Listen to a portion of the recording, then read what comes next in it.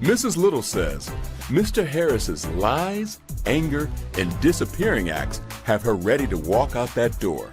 Can he stop her? Today on Divorce Court. All rise. The Honorable Judge Starr presiding. Hello, everyone. Hello. You may be seated. Your Honor, the case of Little versus Harris. Thank you very much. Ms. Little, Mr. Harris. How you doing? I'm glad to have you here in divorce court, and thank you for trusting me with your relationship. I understand you all have been together for 18 years. Yes, Your Honor. ma'am. You did, in fact, have a spiritual wedding in 2012. Although you are not legally married, you consider yourself a couple. Am I correct? Yes, Your Honor. And you have 3 children together, ages 10, 12, and 17. Plus, Miss Little, you actually have another child. Yes, Your Honor. So this is a family that we're talking about here. Yeah. And there's Yes, some Your real Honor. stakes in the ground. Let's find out why we're in divorce court, ma'am. Your Honor, I'm here because Antonio is a liar, he's disrespectful, and he has anger issues. And he's proven time after time that he's not going to change, and I'm just over it. I want a divorce. At 18 years in, you are ready to be done if there's not going to be a major change. Is that correct? Yes, Your Honor. So I'm going to turn to Mr. Harris. Mr. Harris, what do you say in response to what your wife has said? I want to save my relationship. We've been together for 18 years. I don't want to see 18 years go down the drain, and I definitely don't want my children raised in a broken home. So then that means we need to be solution-oriented to see if there's something still here. Why don't you take me back, Miss Little? You met a while ago. You figured it out for all these years. What got us to divorce court, ma'am? Your Honor, I met Antonio when I was a teenager working in a restaurant, and what I loved about him was, you know, his smile. He has great energy. He has, he's very family-oriented. I love the way he took to my oldest daughter. But what changed was when I noticed his anger issues. And What do you mean when you say anger issues? What has occurred? it started during the pandemic a few years ago, and I noticed when I tried to have conversations with him that he didn't want to communicate about, he would just get very angry and, you know, dismiss the whole conversation. How did it manifest itself when he would be angry? Your Honor, there was this one time where his friend came to live with us for a few weeks, and I sat him down because it was time to pay bills. So wait one second. This friend, are we talking about a male or a female? It was a male. And came to stay in your home, your Yes. family home? Yes, Your Honor. And so that I can put it in perspective, how's your home set up? How many bedrooms, how many bathrooms, how many floors, etc.? Okay, it was a 6-bedroom home. It was 3 floors because there was a basement. So Yes, the whole. ma'am. And where was this third party staying? He was in the basement. Okay. And so it was supposed to be sort of a little separate area. How long was this extended visit, going to take? He told me the friend was going to be there for a couple months. Wow. He wasn't supposed to be there for no couple months. It was just a couple weeks he was supposed to be there for, Your Honor. And also, it was a time where he helped me where I needed his help. I understand. And I stayed with him.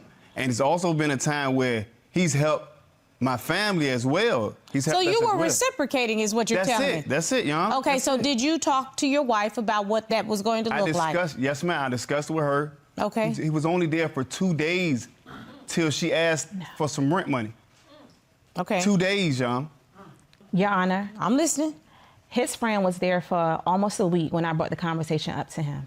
But wait, did you bring the conversation up to the man or to your husband? To my husband. Okay. I had a conversation with him that the bills are approaching. And although I'm supporting you, you know, in your mishaps, your friend is a grown man. And I told him, I said, is your friend going to be, you know, contributing to this house that he's staying in? Okay, so who was paying the bills in the house? Me. Okay. That month that I questioned him about his friend contributing to the bills was my month to take on everything because Oh, he so had- you all do opposites. Y'all, one month you might take it, the next month he might take it? No, Your Honor. It was that he had exhausted all of his funds to get us into the place. Got it. Yes. So I was supporting him and taking over things until he got his stuff together. In the midst of this, his friend came to live with us for a few weeks. Now, me, I feel as though, you know, any man that's in the house should be helping to provide. I 100% agree. So I had a conversation with him like, is your friend going to contribute? I think that's a legitimate conversation to have. There was nothing wrong with having that conversation, and I discussed with her. I explained to her, I said, listen, Give him a few weeks. Give him a few weeks, or I'm gonna take up his slack. Once I get myself together, he going through some tough times right now. But wait a minute. I want to be clear, Mr. Harris. You had to get yourself together. Yes. But were you expecting her to take on the responsibility and the role of yet another grown man? I just want to be clear on what your expectation was. I mean, I didn't look at it like that, Your Honor. So because of this conversation that I had with him, he told me he was going to go talk to the friend. So I followed up with the conversation. In the midst of the conversation, he got so angry with me, he started a full-blown argument saying how this friend helped me when I needed him and I stayed at his girlfriend's house. I'm like, okay, this girl stay in the projects. Like, she don't pay any rent. The government helps her. Like, you know, like this is hard-earned money and we out here in this real world. So I don't want to hear how that girlfriend helped you, because this is not that situation. She's living for free. Yes. Okay? So he got so angry and he left the house and again, you know, disappeared, angry. And that's just another issue that I have with him. When I'm trying to communicate, you know, he just... Mr. Harris, I think out. that was a legitimate conversation to have. I can guarantee it was probably not as soft and as kind as it is here in this courtroom.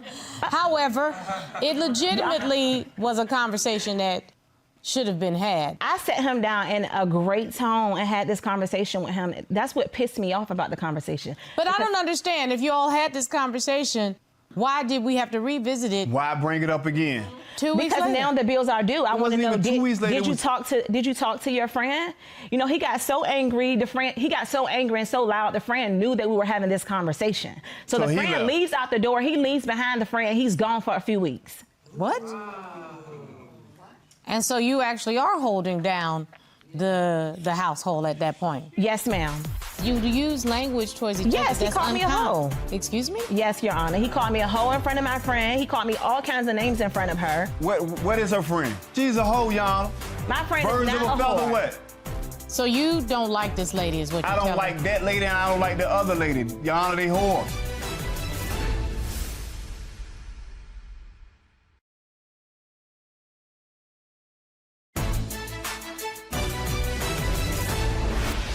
Tell me a little bit about this lying. Why do you say he's a liar? With the situation with the phone, he had another phone that the kids would play games on. The kids came in and left the phone on the bed. I see notifications popping up on the phone, so I tap it. He's asking some woman, can he take her to brunch? As if you never went to brunch with So again, a male he friend. is a liar. He's supposed to be out of town visiting family, and he's asking some woman, can he take her to brunch? Your Honor, I asked him about it, and he just dismissed it again. You know, he acted like he didn't know what I was talking about. And because he wasn't presently there when I asked him, you know, he never really faced it. I'm listening, Mr. Harris. Your Honor, there's times where we're not seeing eye to eye, and I needed someone to vent to or talk to. She's been through these same situations and been out with The girl tells male him that she friends. has a man. This somebody that I knew from childhood. If she reading the texts, we went to school together. Mr. Harris, I'm just wondering, what were your intentions in asking this lady to go to brunch? I needed someone to talk to, someone to vent to about the situations I was going through. And what was her response, the woman? Her response was, I have a man. have a man. She got a man. She don't want to go out. She And don't in the feel messages, comfortable. she's told him that before. So it's She don't not feel given comfortable, that she is even receptive of you venting to her. That usually means if the woman responds, I already have a man, that means she's trying to be respectful of her relationship, but she's also feeling that this is not just about her. Exactly. Her being a sounding board. Exactly. It's about you trying to step out on your relationship and to She'd have use been her. there multiple times for me to talk to, Your Honor, about situations with my wife. He's a liar, and Your Honor, he is very, very disrespectful. There was this one occasion where my friend came into town for us to go to a concert. We go to the concert, and when we leave the concert, we want to go get some food. But it's very cold, so she asks him, can he bring her coat? So and when I get outside, he asks us, like, where's the food? I'm like, the kitchen is closed. That's why we're leaving. That's all with you said. The kitchen is closed. He's asking me, like, where's his food? I didn't even get any food. The kitchen is closed. That's why we're the leaving. effing kitchen When is we get in closed. You all I'm don't like, know how what? to talk to each other. I could just see that. That's what it is. Y'all don't know how to talk to each other. You use language towards each other. Yes, he that's called me a unkind. hoe. Excuse me? Yes, Your Honor. He called me a hoe in front of my friend. He called me all kinds of names in front of her. And when we got home, it just continued all throughout the night. It was already about 2, 3 a.m. in the morning. Mr. Harris, come on, what's this Woke the about? kids Your Honor, up. ask her, what is her friend? She's a hoe, Your Honor. My friend Birds is of not a a feather whore. wet. flock together. That has nothing to do with it. Excuse me, are you trying to suggest that the friend that she was hanging out with is literally a prostitute? I'm not saying she's a prostitute because I don't know what she do with her body, but I know from the conversations on the phone. So you don't like this lady is what you're I don't telling like me. that lady and I don't like the other lady. Your Honor, they whores. What you hanging around a whore for? Then your excuse is, what they do, I ain't got nothing to do with me. Absolutely. Like, I like her as a friend. I'm sorry. You hang around with somebody who doesn't have a home and needs you to be their backup. So, Absolutely. birds of a feather flock together. I'm just wondering why the two of you can't figure out how to be because nice he's to so each other. disrespectful. This man called me a in front of my daughter. Like, he's disrespectful. You can't communicate with him. I said you acting like But I didn't call her a He is lying.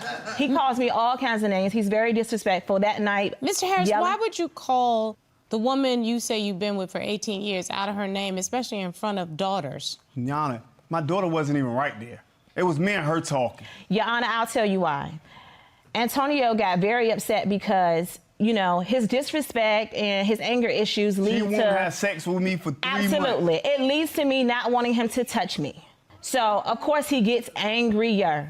I got a witness. Her friend would tell you how good of a man I am. Tell me what you've witnessed in their marriage. Antonio is a great man. He works. He's hardworking. So, Come on, yeah. Your Honor, I can't be that bad of a guy. If she thinks he's such a good man, maybe she should take him.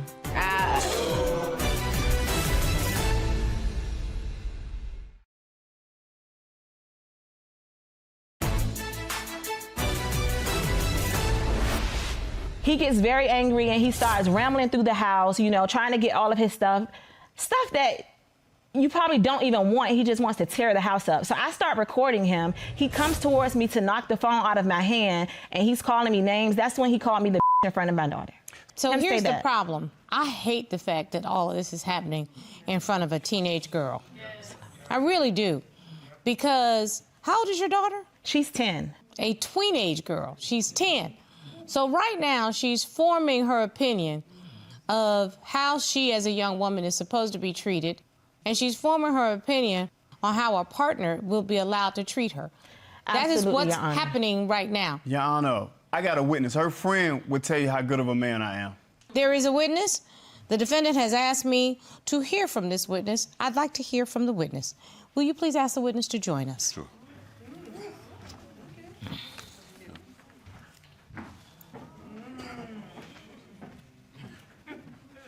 Hello, ma'am. Welcome to Divorce Court. Can you please tell me your name and what your relationship is to the plaintiff and the defendant? My name is Andrea Dalmeida. I have known Latrice for some years, and I met Antonio through Latrice. Miss Little was your friend first, am I correct? That is correct. And the two of them have become your mutual friend, is that correct? Yes, Your Honor. And are you married?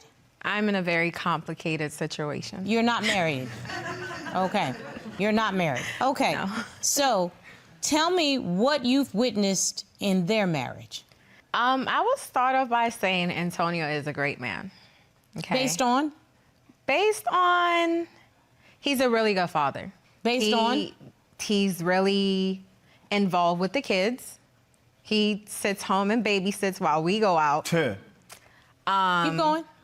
These kids are old enough to watch Hold on, themselves. let her go. Keep going. He does buy her really nice things. He takes her out frequently.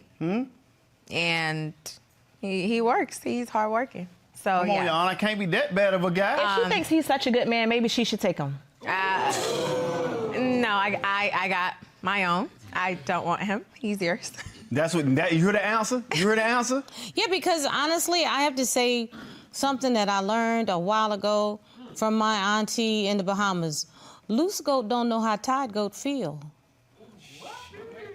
It just means when you're not in the marriage, you don't know what's going on in the I've actual been married marriage. Absolutely. before. No, I'm talking about their marriage. You started out by, when you introduced yourself, saying you're in a, quote, complicated situation, because yeah. I don't know what's in your relationship any more than you know what happens in their actual relationship. Right. You see what I mean? So I turn to, in this relationship, that's why I asked you what you had witnessed, what you had seen when you say somebody is a good man.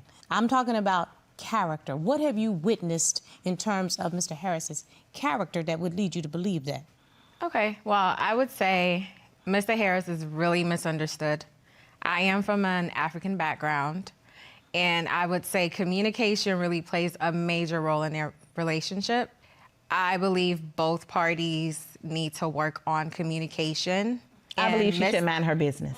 Well, you put me in your business, so I can't mind my business. So are you suggesting that the plaintiff has shared things with you? About how he makes me feel. Like you said, his character and how he makes me feel. I don't like the way he makes me feel. It's like an up and down, you know, emotionally with him. I've been in situations with them that both parties were not very nice to each other. I've been in situations with them where both parties are not very nice to each other. And I've known them 20 minutes. I can tell you right now that kindness needs to come back into this relationship. That is true. 100%. I can tell you right now that they need to learn communication skills. I agree. Like I said, I believe that both people can be up here. Somebody has to be down here. And normally it's me. And I thought the quote was, you know, happy wife, happy life. Why am I always walking on eggshells so that he doesn't snap out? But as a woman, I feel like there are ways to communicate with a man. You have to listen. You can't fight fire with fire. Not for nothing, Miss Dalmaida. You got some pretty old-fashioned ideas of what role a woman takes. In a marriage, it's a partnership. It is. Always a partnership. Of course. And only the two people that are in the marriage can figure out what works in their marriage. There's some marriages where the woman takes the more dominant role. There's some marriages where man takes the more dominant role. There's some marriages where they take equal roles. All of those are valid relationships when they're between the two people that are in them. Thank you for your assistance today. Thank you.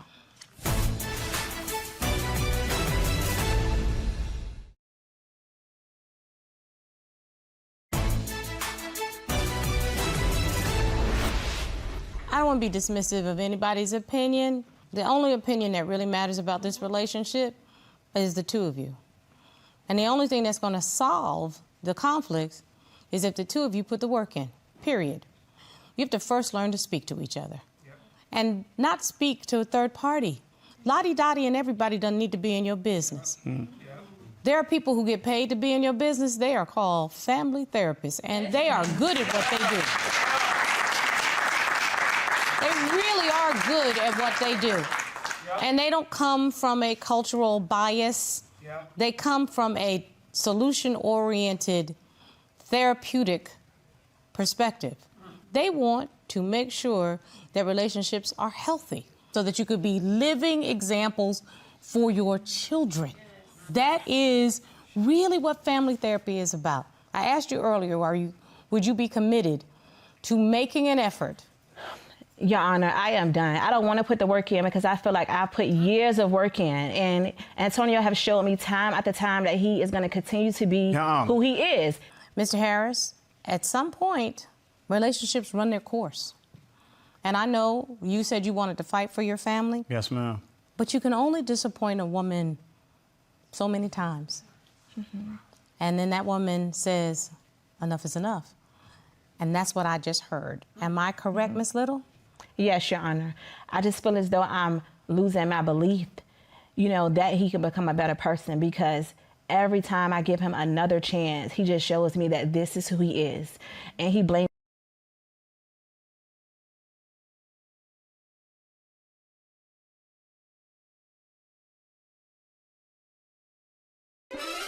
Miss Segrest says that Mr. Clayton is a big fat liar who won't admit that he's being unfaithful.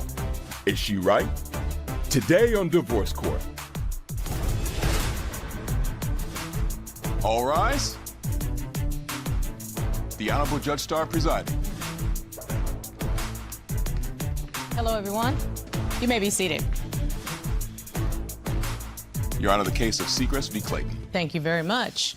Welcome to Divorce Court, Ms. Segrest and Mr. Clayton, and I'm glad to have everyone here joining us today. I'd like to welcome everyone to Divorce Court. We are looking at another case where there's an allegation of cheating and lying, and we're about to get to the bottom of it, and I'm hoping that this relationship can be saved, but that's up to the two people in front of me. Why don't we start? Ms. Segrest, why are we in court today? Your Honor, I'm here today because Lavell has an obsession with bigger women, and also I just know for a fact that he's been cheating on me. Wow. And if I find out, I don't want to be with him anymore. So this is some truth-telling for you. Is that what you're looking for, Ms. Segrest? Most definitely. Mr. Clayton, you heard what Ms. Segrest says. She doesn't trust you. What's going on? I'm just here to prove my innocence and let her know that she's more so she's in her head than anything being a fact. In my head. Okay, so let's see if things are in your head and not in fact. Ms. Segrest, why don't you tell me a little bit about how you all met and how you ended up coming to divorce court today? So I met Lavell at a performance. We both are entertainers. Right. And after performance, you know, I gave him my number. He gave me his number. And then, like, I say, like, maybe a few days later after that, he came to my house. I liked him a lot because he didn't just try to, like, you know, have sex with me on the first night. He actually kind of turned me down. And I'm not really used to that. Like, I'm used to guys being hound dogs.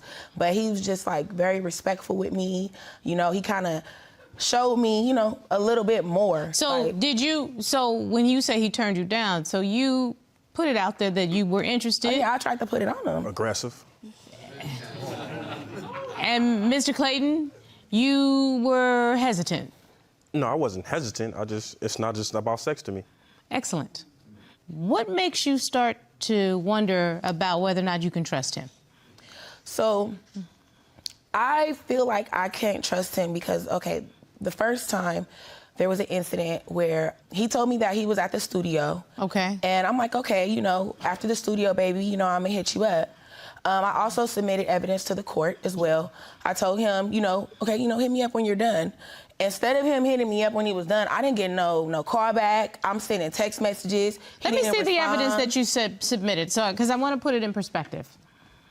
So this was it. Why are you ignoring me? You okay? You good? I have to imagine this is not like that's 10 minutes. That's the PG-13 rated version. But so you're telling me that my court staff actually they had to, because I was cussing him out. right? Like, yo, where are you? Where the are you? Yes. Like that. She's talking to herself, as you can see. Yeah, because you weren't responding, as you could see. That's like in like 10 seconds, all three of them questions, but they make it seem like it was over hours. Like, I hit you up this time, hit you up this time. No, you're talking to yourself. Your Honor, it was over hours. We do the same thing. She does music, I do music. And when you're in the studio, it doesn't happen perfectly, anything. So, hey, I'm recording.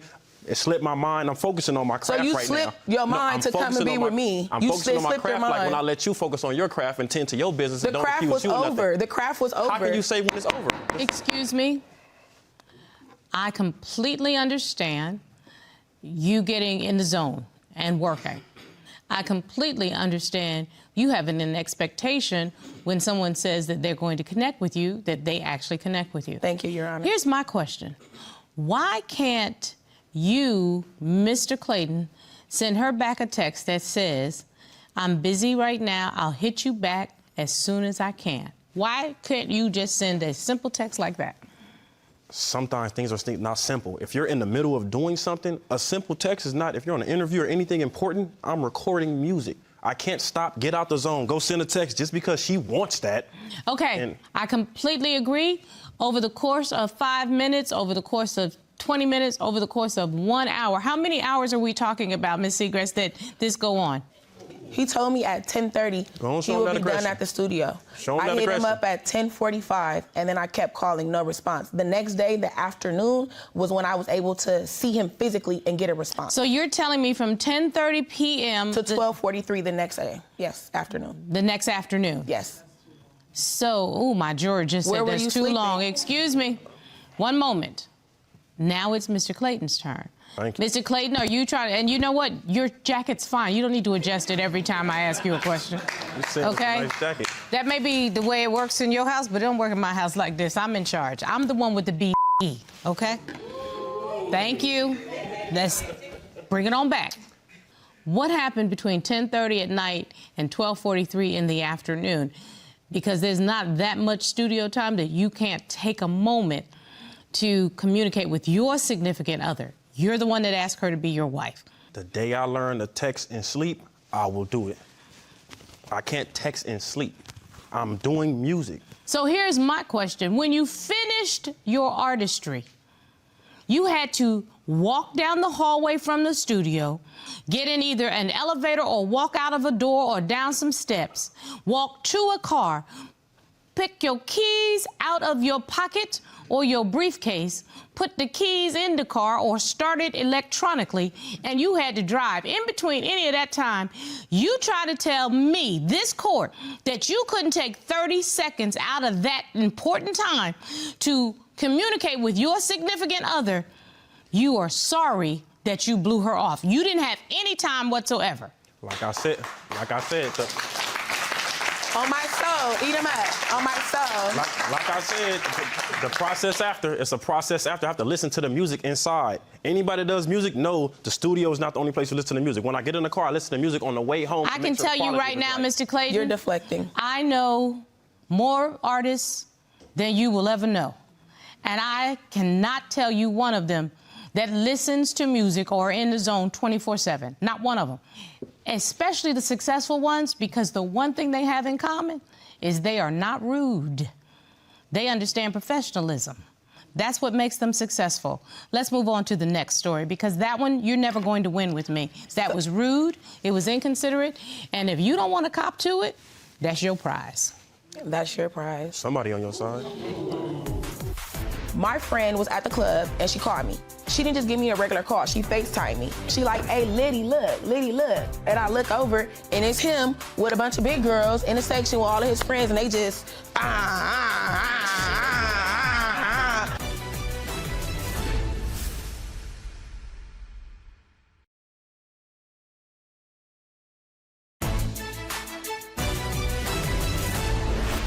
One time he came over to the house, we were in the house or whatever, and we ended up having sex. It was nice, it was wonderful, and then I wake up and he's gone. Hours go by, he hasn't hit me, he hasn't texted me or nothing. I'm like, okay, it's weird, maybe it's music again. So then I get on Instagram and I see him posting somebody's party or whatever, and I asked him about it. He like, oh, I didn't hit you because I had to work on this party, and da-da-da. So I investigate, and it was some Instagram model. Like, you don't even know her. Instagram.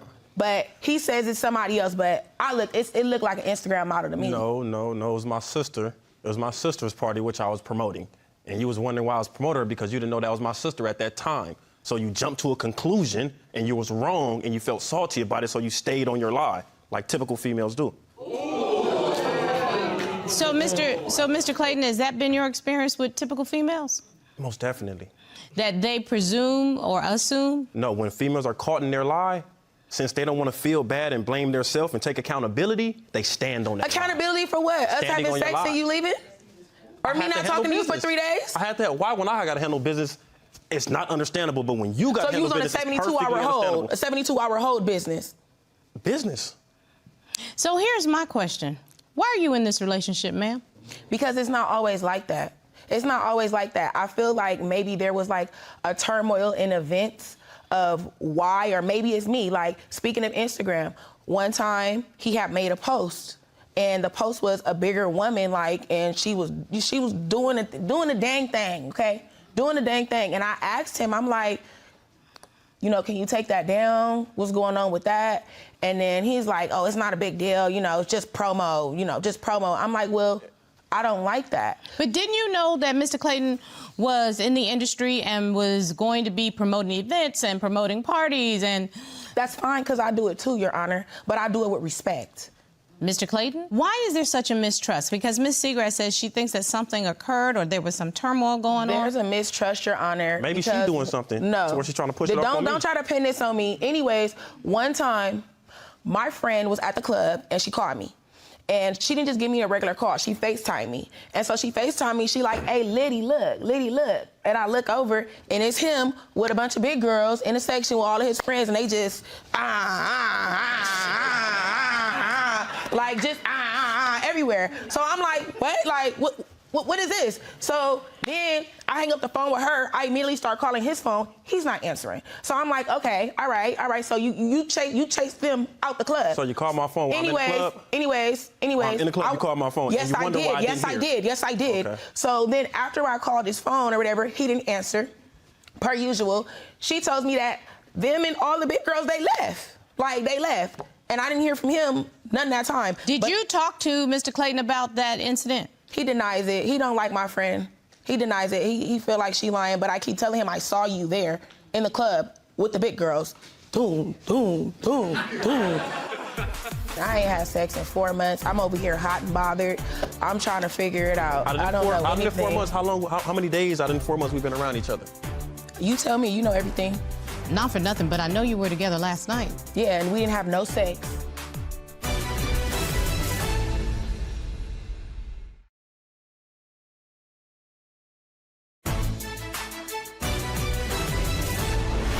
Mr. Clayton, have you given her any reason to believe that you are an unfaithful man? Anything that she does not agree with is a reason to believe that.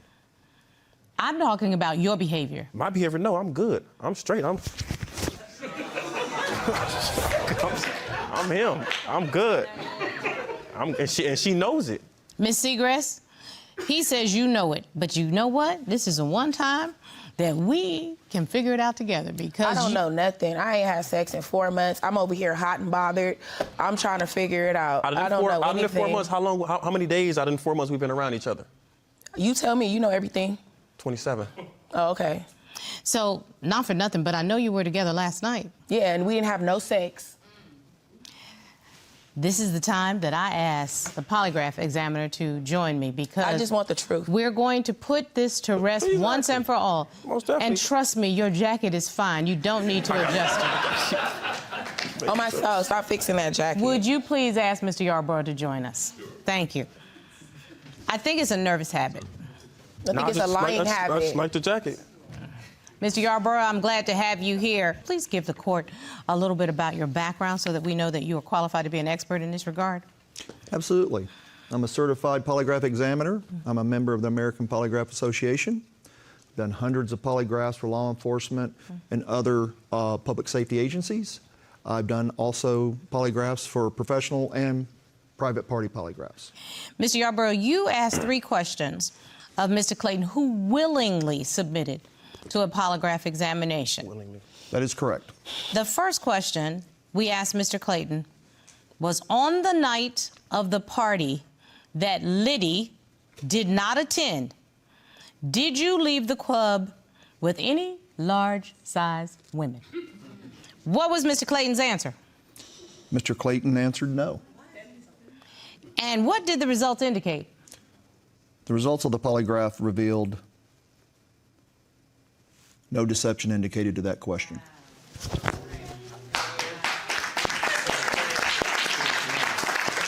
Oh, no, you ain't got to clap yet. Don't clap yet. We're going to be adjusting that jacket a couple more times, okay? Question number 2. Mr. Yarborough, we asked Mr. Clayton, while you were away at your sister's birthday celebration, did you have sexual contact with anyone outside of Liddy? What was Mr. Clayton's answer? Mr. Clayton answered no to that question. And what did the test results indicate? The polygraph results indicated no deception indicated to that question.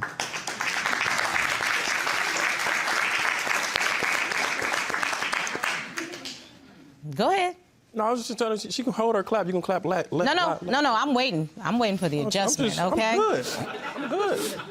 Question number 3. Back rub, feet rubbed, everything. Mr. Yarborough, we asked Mr. Clayton, when Liddy called wanting to see you after being out of town, were you with another woman Liddy was not aware of? What was Mr. Clayton's answer? Mr. Clayton answered no. And what did the test results indicate? The polygraph examination revealed there was no deception to that question. I'm going shopping. I'm going shopping. Thank you very much, Mr. Yarborough. I appreciate your clarity. I like my feet done and all that, too. I like, you feel me? I like back rubs. So, Ms. Segrest. Meals cooked and all that. Mr. Clayton was 100% truthful and honest. 100. You may not like the way he responds in his timeliness, but the one thing we know is he didn't lie about those questions that you specifically wanted those answers to. Yes, I did. I think you owe him an apology. Fix that attitude like I fixed my suit jacket.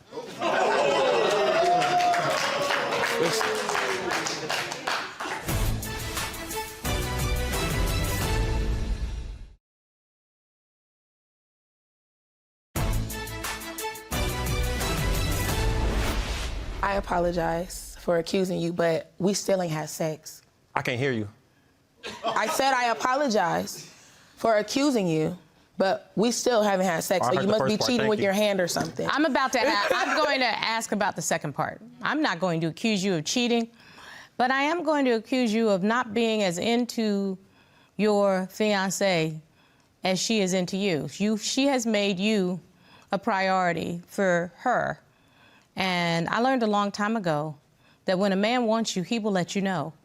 You don't have to beg him to return your text messages or your phone calls, or you don't have to track him down, and you don't need his location, and you don't need to slide into his social media, because he's already right there. He's letting you know, and he's reassuring you all the time. Mr. Clayton, be honest. Why have you not been there in the way that Miss Segrest expected? And this is the time to tell the truth, sir, because you told the truth there. I'd like that same courtesy now. Thing is, Your Honor, just because you don't eat your favorite food every day don't mean it's not your favorite food. We don't be around each other. The intimacy that's built up gets covered up by frustration of not being around. If we gonna be married, if we gonna be together, we need to be around each other. She's so busy to where she can't tend to a wifely duties. You feel me? It gets to the point to where even when she's around, it's like, okay, now I feel like it's a duty. Mr. Clayton says he feels that you all are not connected enough. Would you agree with him? I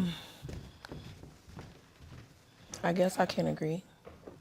I try, you know? Like I try my hardest.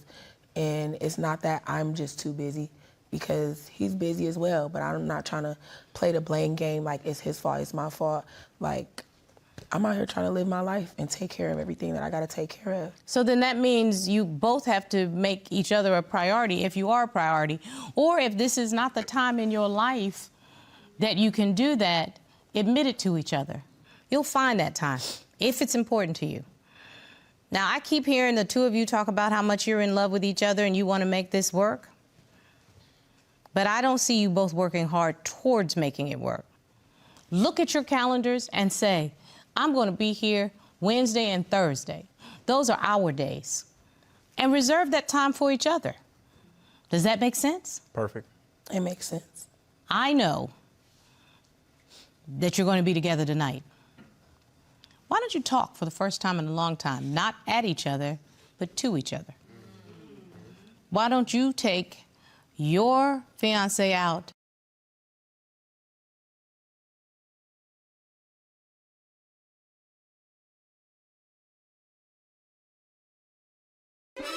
Miss Thomas says for 5 years she's been chasing family and stability, while Mr. Watson has been chasing cougars and internet models. Today on Divorce Court. All rise.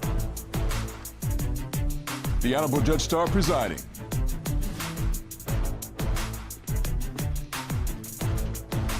Hello, everyone. You may be seated. Your Honor, the case of Thomas v. Watson. Thank you very much. Ms. Thomas and Mr. Watson, welcome to Divorce Court. This is a couple that is facing a crossroads in their relationship, trying to figure out if there's anything left in a relationship that's had its share of ups and downs. I'm going to come to you, Ms. Thomas. You set this case in motion by bringing your relationship to divorce court. You've been together for 5 years. You share a child together, so we've got some stakes in the ground. Why are we in divorce court today, ma'am? Your Honor, I'm here today because Mr. Watson has been a cougar chaser, a liar, and a deceiver, and I need answers today. Wow. That's called a succinct opening statement. What say you, Mr. Watson? Your Honor, I'm just here to try to save my relationship because I really do love Lanisha. I'm not a cougar chaser. I'm not a deceiver. I really love her. I want to be with her. We have 3 beautiful kids. He say that now, Judge, but actions does not show that. Uh-oh. It sounds like, Mr. Watson, some stuff has changed since you all started your relationship. A lot of things has changed, Your Let's Honor. go back. I'm going to go to you, Miss Thomas. Why don't you tell me how you all met and what got us to the point that we're here in divorce court? Well, we grew up together. We're from the same neighborhood. I'm 6 years older than him, though. He has tried numerous of times to try to talk to me and stuff, but I was just like, okay, you're not old enough. You're not ready for me. So this one particular day, he gets into my DM and was like, you know, I like you, Mom, like, you know, shooting his shots. So I was like, okay, I'm gonna give him a chance, even though I didn't think that he was ready for all the woman that I am. So you all have been together for 5 years. Mr. Watson is now 25. You got with him when he was 20 years old. Yes, ma'am. You knew what you was getting at 20 years old now. No, not really, because the way he spoke, you would think that he was old enough to know to be with a grown woman. I know, but let me tell you something, Ms. Thomas. Here's the deal. Whenever you start to meet somebody, for the first 18 months, you're dating their agent. You're not even dating them. It's their representative that's there. So they're going to give you the best behavior at all times, okay? And different. Whether or not it lasts, that's up to the person. I'm going to come over to you, Mr. Watson. Were you mature enough to handle all this? I am more than well capable of handling He's not, all Your of Honor, that, because if he Your was Honor. more well and capable, we would not be here today. Uh-oh. This is the way we starting it out. So I understand you all moved to Georgia. Why don't you take me through the transformations of your relationship? Okay, so we got together. As I stated, he got into my DM. When me and him got together, I only had my 2 kids. I ended up getting pregnant, so I was like, okay, let's just do something different, a change. So we moved to Georgia, me, him, and the kids. I was pregnant at the time. Once we moved and, you know, we got there, we got a little settled, but it wasn't like, we didn't get the help that we needed moving way here. So we decided to, okay, let's move back home. So how long were you in Georgia? We was in Georgia for maybe like 2.5 years. Okay, and during that 2.5 years, were you both working outside of the home? You all were making your life together? Yes, we had a good life together. Okay. We had no support, so we moved back to Florida, where we're originally from. And when we moved back to Florida, the troubles got worse. We've been back for 4 months now, Your Honor, and he's just a liar. He just nothing comes out his mouth. I can't believe it. She's assuming. No, I'm not assuming nothing. So I'm gonna tell you what we're gonna do. You say he's a cheater. What do you got? Okay. Do you have text messages? Do you have video? What do you have? I got text messages, video, and I submitted it to the court. All right, now let's talk about it now. Talk to me about what text messages do you have? Okay, so he got my phone one day. He was going through my phone. I let him look through it because I know I wasn't doing nothing. So I let him go through it. I went in the room, waited till he went. Wait a minute. Yeah. Is your name Strawberry? My name ain't Strawberry. Mine is Lanisha. So why is Strawberry texting you? Those type of texts. Wait, hold on. Oh, that's nothing, Your Honor. That's the PG version. Did you I submitted the X-rated version as well.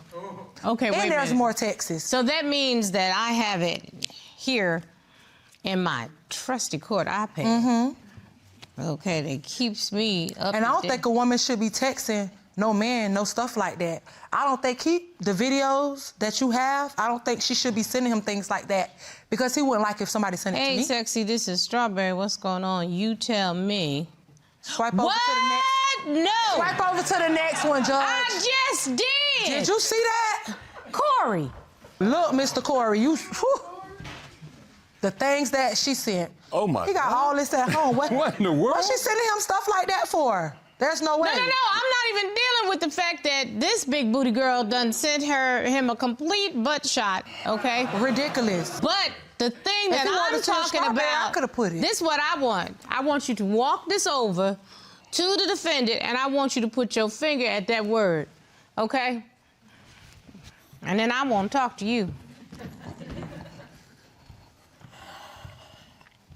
That's your reaction. Am I correct? Yes, ma'am. And she don't even look good. But listen, hold on, Judge. I don't know her. The message came out of nowhere. But you texting her. I said, only reason why I replied. Your Honor, it takes two I had to people see make who a it text. was. He can't text by himself. That's cheating. I'm gonna tell you something. Ms. Watson, when a woman sends you a picture of her complete naked behind, complete, and I want y'all to know, I mean complete naked behind, okay? Those tattoos, they must have hurt like a mug, too. And your reaction is that says to me, you're either expecting it or you're impressed by it. And they had a phone call, Judge. I just said, It's no God judge. damn, They 'cause had there was a phone lot of calls. I went strawberries through on the the- call she had a log. lot of I seen it's like he get up out the bedroom with me and then go to texting her and calling her. Judge, I called her and told the lady don't text or call my phone no more. It So was why no would she more not? message. Hold on. If you're not cheating and it's nothing between you and her and you didn't send those messages, why are you telling her that she can't call when you're home? He like, cool. I'm talking about this old lady, like maybe about 60, 50 years old. Excuse me, on behalf of those who turned 62, I resent that old lady thing, because ain't nothing old about me, okay?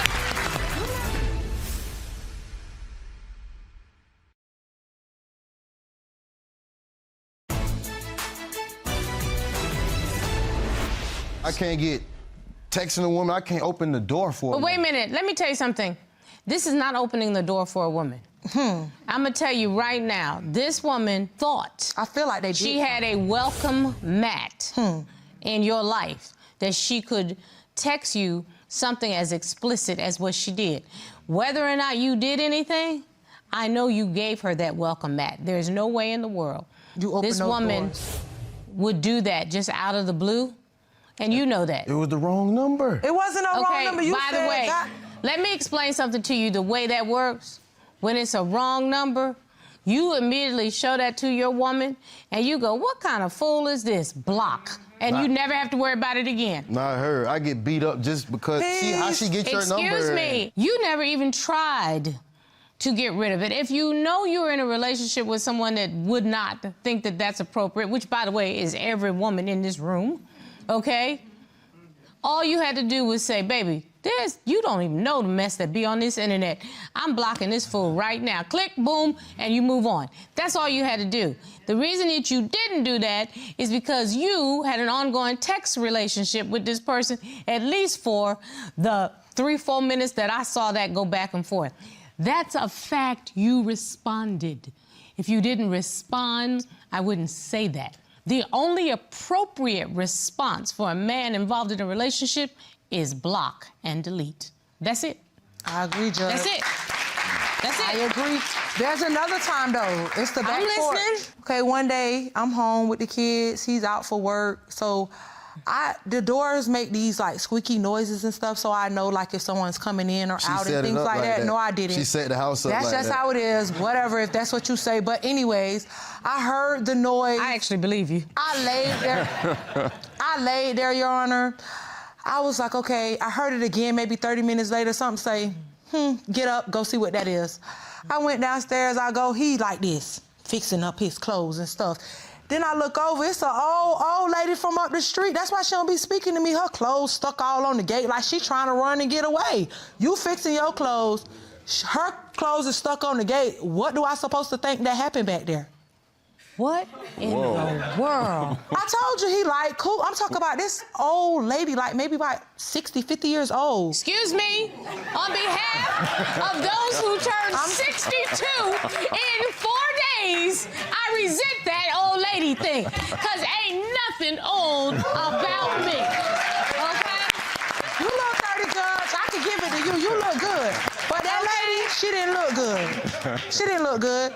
She looked like she was old enough to be his grandma. So, Judge, why do she think I would be out the door playing with this old lady? Because he like cougars. I'm older than him. Look. But you're only like 5 years older I'm than 6 him. years older than Not him. a cougar. She's a jaguar. But that's not a... Jaguar. She's a jaguar. A little younger, He say I'm a little faster. jaguar. He's trying to make jokes and stuff. But, Your Honor, this is not the first time. It's another time. You know what?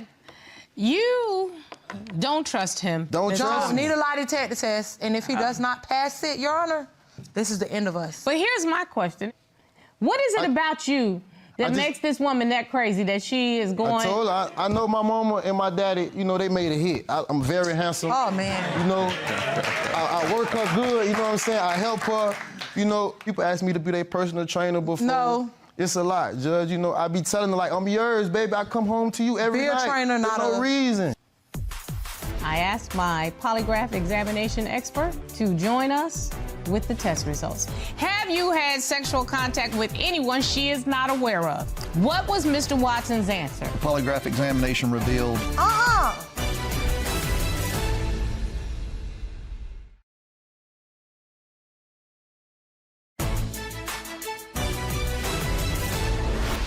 Let's put him to the test. I asked my polygraph examination expert to join us with the test results. Will you ask Mr. Yarborough to come in, please? Sure thing. Thank you. Sir. Good day, Your Honor. Hello, Mr. Yarborough. Would you please state your full name and profession for the court? Absolutely. My name is John Yarborough. I'm a certified polygraph examiner and a member of the American Polygraph Association. I've done hundreds of polygraphs for various law enforcement and public safety agencies throughout the state, as well as professional and private party polygraphs. And I certify you an expert for this purpose here in this courthouse. Mr. Yarborough, Mr. Watson willingly submitted to a polygraph examination performed by you, and you asked him 3 questions. Am I correct? That is correct. Question number 1. Mr. Yarborough, we asked Mr. Watson, did you have any sexual contact with the woman you were texting named Strawberry? That is correct. What was Mr. Watson's answer? Mr. Watson answered no.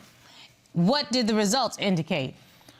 The polygraph examination results indicated there was no deception indicated to that question. So, no, you did not have sexual contact with the Strawberry lady. Okay, he passed one. Okay. I am grateful to God about that, I'm telling you. Told you, Judge, that, not that, no. Mr. Yarborough, we asked Mr. Watson question 2. Did you have any sexual contact with the woman your girlfriend saw leaving your back porch? Am I correct? That is correct, Your Honor. What was Mr. Watson's answer? Mr. Watson answered no. And what did the test results indicate? The polygraph examination revealed there was no deception indicated to that question. Okay. So he told the truth. One more question. Assumptions, Judge. I It's love that girl, assumptions. He Judge. shouldn't be moving funny. He got to do And stuff question 3, Mr. Yarborough, we asked Mr. Watson, since the start of your relationship in 2019 with Ms. Thomas, I didn't want to leave nothing to the imagination. Have you had sexual contact with anyone she is not aware of? That is correct. What was Mr. Watson's answer? During the pre-test interview, Mr. Watson self-admitted the fact that he had had a relationship with someone, sexual contact with someone that she was unaware of. Oh, no, well, who you had sex with? Because I've asked you this numerous of times before we even brought it this far. So what would make it okay for you to tell him the truth but not Because tell me? he did not want to stand in here and get busted. No, but what you mean? But he about to get busted. Okay? Well, can I plead my case, Judge? Yes, you may. What I would like to say is, thank you, Mr. Yarborough. There's one thing that Mr. Yarborough has over everybody else. He can get people to self-admit because the test with him does not lie.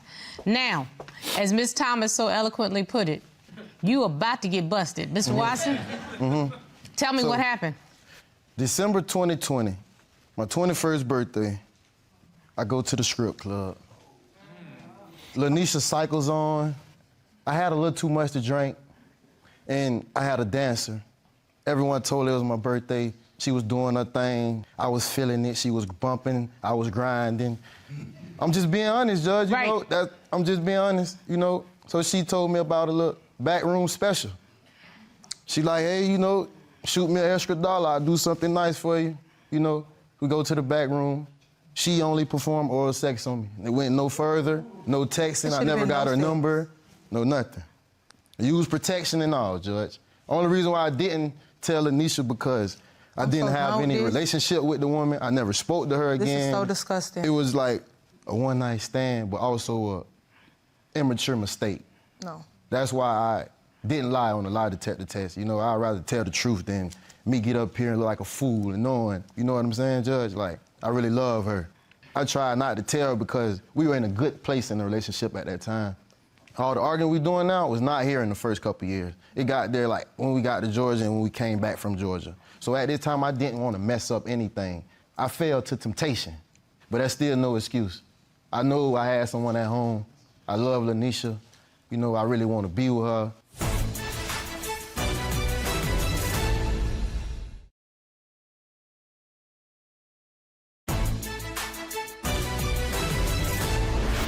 To be honest with you, I done proposed a couple times. She turned me down. It's gonna be a couple more. You know, I'm okay. but I'm done my with the end goal is to situation. marry her.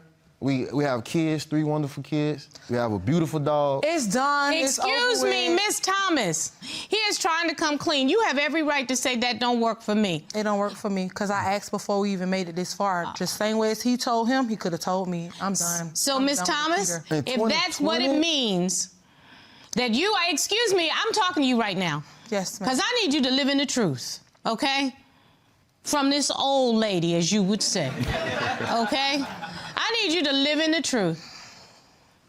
Everything that you all have built over all these years, this is a youthful mistake from a man that you chose who was young at the time. Just be clear about that. He has come clean so that you know exactly what you're getting.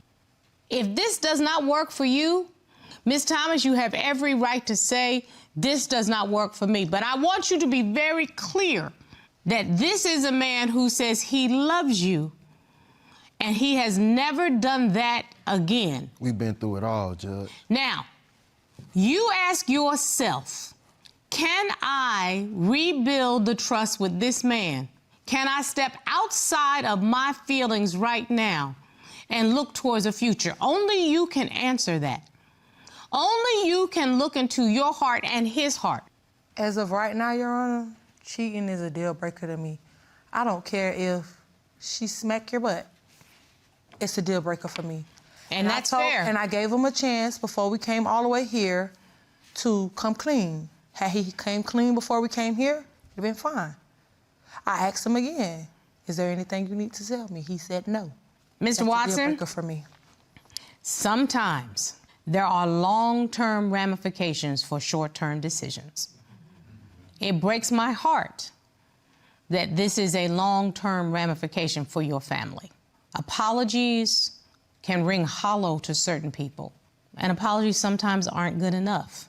Whenever someone cheats or there's infidelity or lack of trust, they say they can forgive you, but they will never forget how it made them feel. I get the sense that Ms. Thomas will never forget how this makes her feel. And if she can't do that, you have no future in a relationship. It is a harsh reality of what short-term decisions can mean for long-term consequences. This is my verdict. You a liar, you a cheater. I asked you all this stuff before we came here. You just sat here and made me look like a fool inside these people. I don't.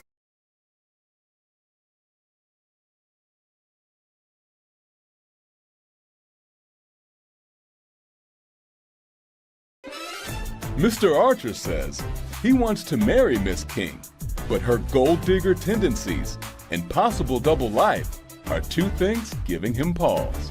Today on Divorce Court. All rise. The Honorable Judge Starr presiding.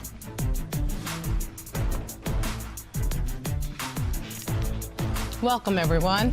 You may be seated. Your Honor, the case of Archer v. King. Thank you so very much.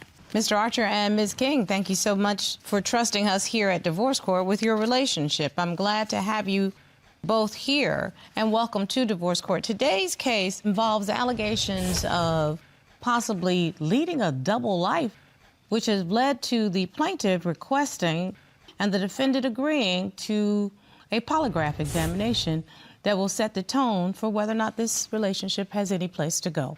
I'm going to come straight to you, Mr. Archer. Why are we in court today, sir? Your Honor, I'm here today because I want to make sure I'm making the right decision. We get married a little later this year, and Jeriah, she's been giving me gold digger vibes. We lack intimacy, and if she fails the test today, I plan on calling the wedding off and I plan on leaving. So you are really at a crossroads on this relationship, whether or not this relationship can last. Am I correct? Correct. Okay, Mr. Archer, thank you very much. Ms. King, do you hear what Mr. Archer says? He's concerned that you are not the woman for the long haul when it comes to marriage. Yes, Your Honor. I'm here to defend myself in that manner as far as letting him know that I've been 100% in this relationship. I haven't stepped out, and I'm all in, and I deserve to be his wife, and everything that he has been saying or thinking is all in his head. So let's figure out whether or not there's some level of insecurity or there's a real reason for this mistrust. Mr. Archer, why don't you take me back to when you all first met and what really led us to get to a point where we're in divorce court, sir? So we met when I was transitioning out the military. Oh, thank you very much for your service. On behalf of a grateful nation, we appreciate that. Thank you for your support. Yes, indeed. So you were transitioning away from a military career? Correct, yes, ma'am. Okay, and tell me what happened. We met. She was breathtaking. She was carefree. Her energy was contagious. Like a few years later, we get engaged. We buy a house and we have a child. We moved to her home state, and I just feel like she's got comfortable. Interesting, very interesting. What were you doing as Mr. Archer was transitioning out of the military, Ms. King? Pretty much the same. We both serve, so. You both serve? Yes, and, ma'am. and we'd like to say thank you to you for your service on behalf of a grateful nation. We have 2 people who served in our military, 2 young people. We appreciate you standing on that gate for freedom for all of us, very much so. So you all decided you've served your time and now you want to start to build a family. Is that correct? Yes, Your Honor. It's starting to sound okay. Now you are wondering whether or not she's a little, quote, too comfortable, to use your phrase. Right. When you transitioned away from the military, you started working in another capacity. Am I correct? Yes, I started in another career. Okay. So did you all talk about, the 2 of you, who was going to work inside the home, outside the home, how you were going to set up the financial arrangements in your family? Did you all have those kinds of conversations before you took the relationship to the next level? Yes and no. Talk to me. She did her own thing. I knew she was transitioning out, so she didn't quite have a career. But did you have an expectation, is what I'm thinking? I did not. Financial arrangements in your home would look like? Like, are you supposed to be responsible for paying all of the major bills? Is she supposed to contribute? Not exactly. I feel as a man, you're supposed to take care of everything. But I just, like I said, she's gotten comfortable. So we also never, like he stated, we never sat down and like, you pay this, I pay that.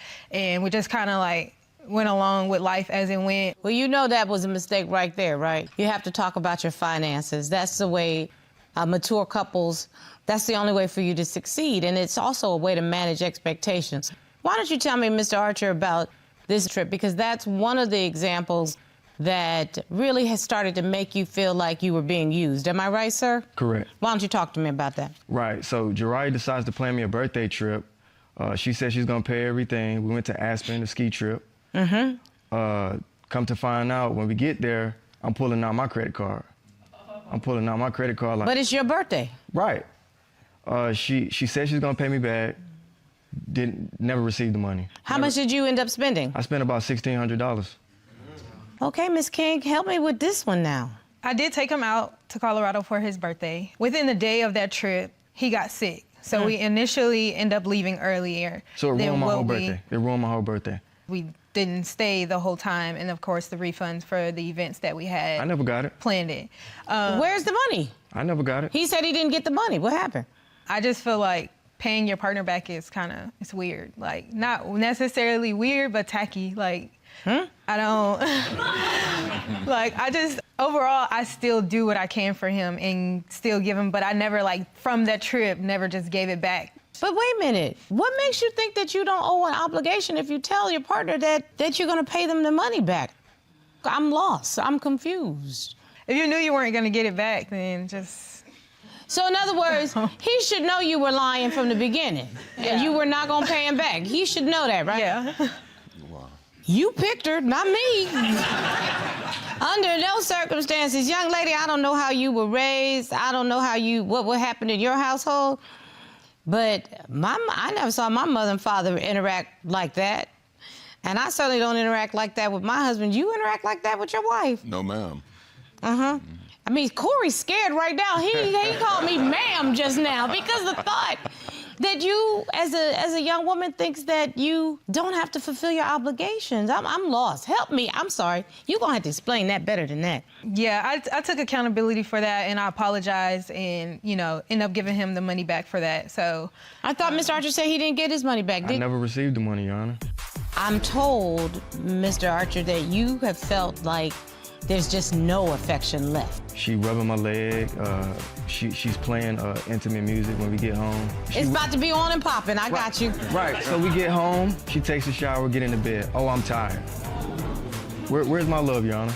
We haven't had sex in 3 months, Your Honor.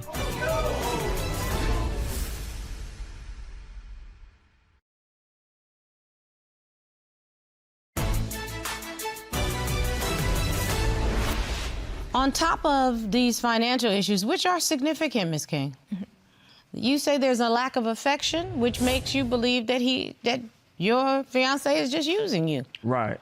If you're not pleasing me, who are you pleasing? I don't feel appreciated. I don't feel loved. Why don't you give me an example of what you're talking about? My birthday, we went to a nice restaurant. She rubbing my leg. She's playing intimate music when we get home. Oh yeah, it's about to be on and popping. I got you. Right. So we get home. She takes a shower, get into bed. Oh, I'm tired. You tired? Where's my love, Your Honor? Listen, first of all, I don't believe that people need to demand from their partner. However, I'm told, Mr. Archer, that you have felt like there's just no affection left. We haven't had sex in 3 months, Your Honor. Now, y'all are young folk, and I can tell you right now, there's no reason that there's been no intimacy for 3 months unless something's going on. So what do you want to share? Well, we recently had a baby 7 months ago. So I haven't really been feeling myself postpartum, feeling touched out. I gained some weight. So having a baby, he doesn't understand that aspect of carrying a child for 9 months and going through body changes because he did his part and he didn't have to carry the baby for 9 months. His body didn't change. And have you shared this with your partner? Yes. Have you sought some assistance? Because postpartum depression is very real. Yes. And I completely agree with that. That usually means you have to bring your partner into the process so that they can understand that you are actually going through some mental challenges at this time. Mr. Archer, have you been a part of that? Have you all talked it through? Honestly, I just feel like she's just not into me because I tell her how beautiful she is. She just brushes it off. She's just nonchalant. So I honestly think it's just not me anymore. I think it's somebody else, Your Honor.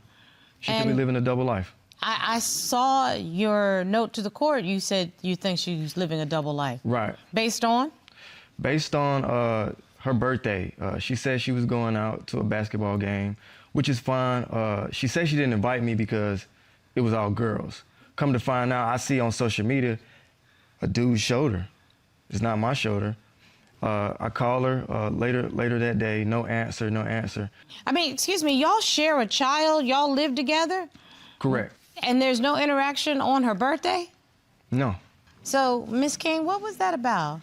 So, initially, my stepfather had gifted me 4 tickets for my birthday. Mm-hmm. And I went out with my friends. He also always encouraged, like, go ahead and do something, go do it by yourself, because we're always, like, locked in together. We're doing everything together. It's your birthday. It is my birthday, and, we normally celebrate at least 2 to 3 days when it is each one of our birthdays. Like, it is not just one day that we celebrate. So I did end up going to the game, and I've already had mentioned it to my best friends and my sister, so we all had went together, and he thinks that I was there with a guy, but you're in a basketball stadium full of people. I don't pick the seats as far as who sits next to me when they're purchasing their tickets. I agree with you on that. So he's seen somebody's shoulder and automatically assumed that it was another man. Why are you behaving like a single woman that doesn't want to be bothered with him? My best friend had came into town. I haven't seen her in like 2 to 3 years. Ms. King, that's not my question. Why are you acting like you don't want to be bothered with him? I'm not. Yeah, you are. You actually are.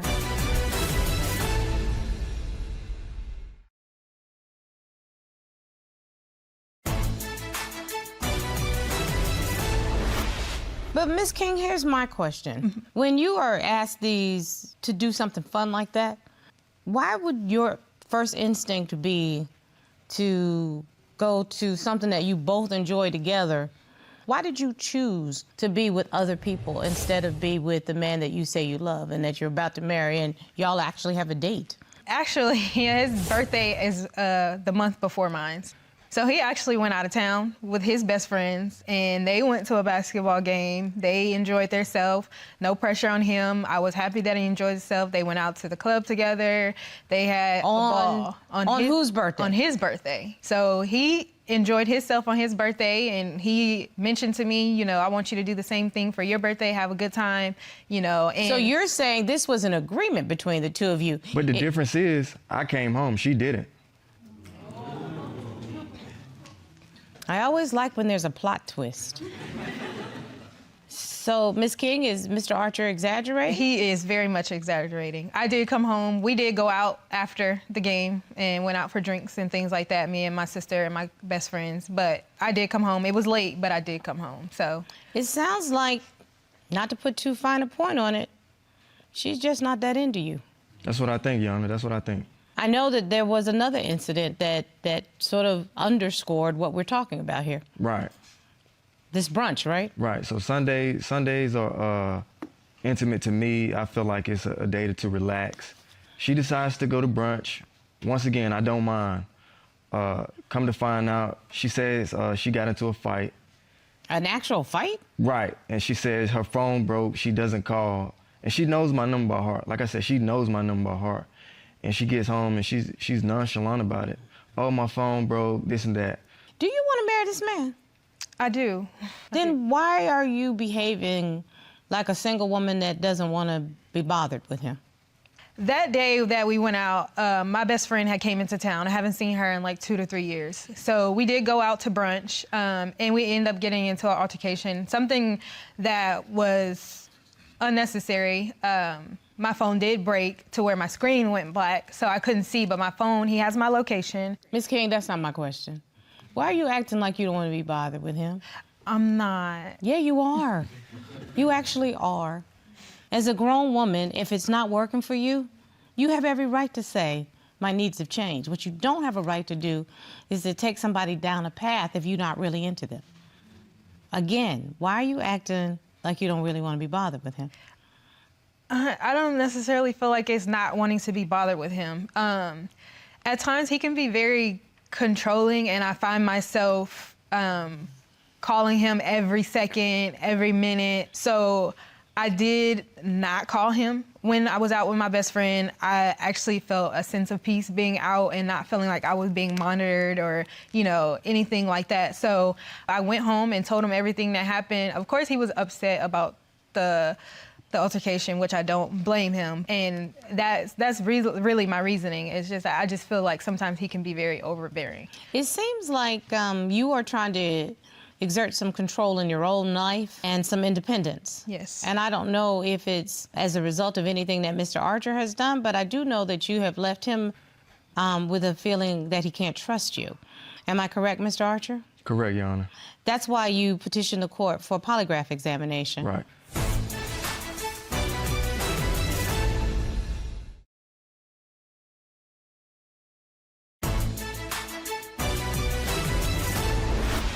So we commissioned a polygraph examiner to actually administer the test. Corey, please ask the expert witness to join us. Sure thing. Sir.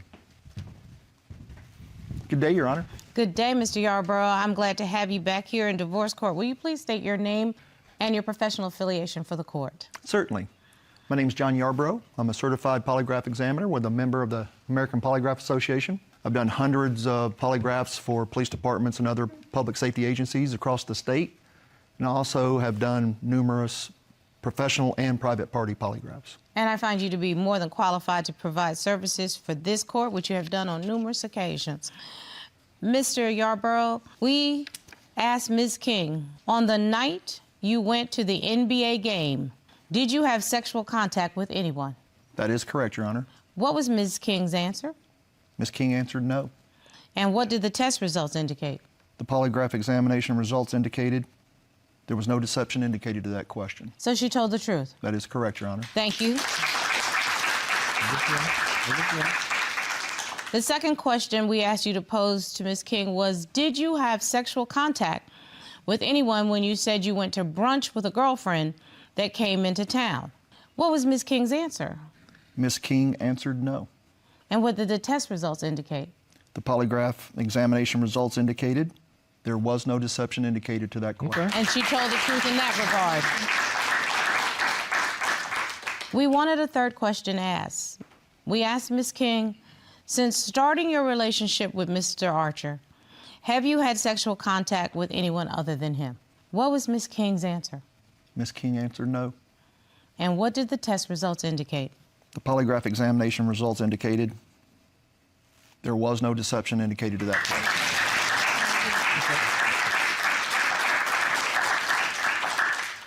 Thank you very much, Mr. Yarbrough. We appreciate your service. You're welcome. I think Mr. Archer feels much better right now. He should. Thank you, Yes, sir. Your Honor. Yes, Your Honor. I apologize. So you owe Ms. King an apology because we know for a fact that she is not a cheater. Right. I apologize. It was all in my head. Hopefully we can work things out. Thank you. I accept your apology. Thank you. Ms. King, Yes. there's something going on with you. You've got that cute little nervous giggle, but something's going on with you. You're not being fulfilled in this relationship. Thank you. So you're exhibiting behaviors that would cause your fiancé to question. So I do think there's a little postpartum depression, and you might want to talk to somebody to help you manage that. Yes, ma'am. Mr. Archer, if you love her, you'll be a part of that process Right, Your as Honor. she discovers what's going on. Yes, Your Honor. Because it's clearly something else. I think you young people who have expressed that you care about each other and you want to be in each other's life, but before you take that ultimate step of becoming a married couple, there are some issues that need to be resolved. Do you agree with me on that, Ms. King? Yes. Do you agree with me on that, Yes, Mr. Your Honor. Archer? This court would like to provide the two of you with some premarital counseling so that you can start to talk about how we communicate as a couple to build a family. And I'd like to offer you, Ms. King, some therapy sessions to help you get started on figuring out how to pull yourself out of that depression. Yes, ma'am. Would you be interested in that offer? Yes. Mr. Archer, would you be interested in that offer? Yes, Your Honor. This is what the court orders. I wish you all good luck finding and keeping love, but always remember this. Your first priority is yourself and your child. That's it. That's my goal.